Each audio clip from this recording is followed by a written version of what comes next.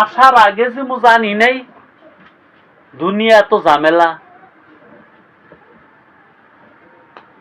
আসার আগে জানি নেই এখানে আসলে যে এত ঝামেলা হবে। আবার এমন একটা দেশে যাইতেছি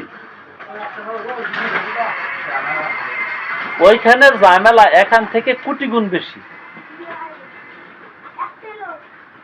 1000 গুণও না, 100 গুণও না,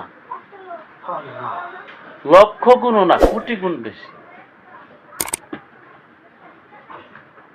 যেই দিন মায় সন্তান বলে পরিচয় দিত না,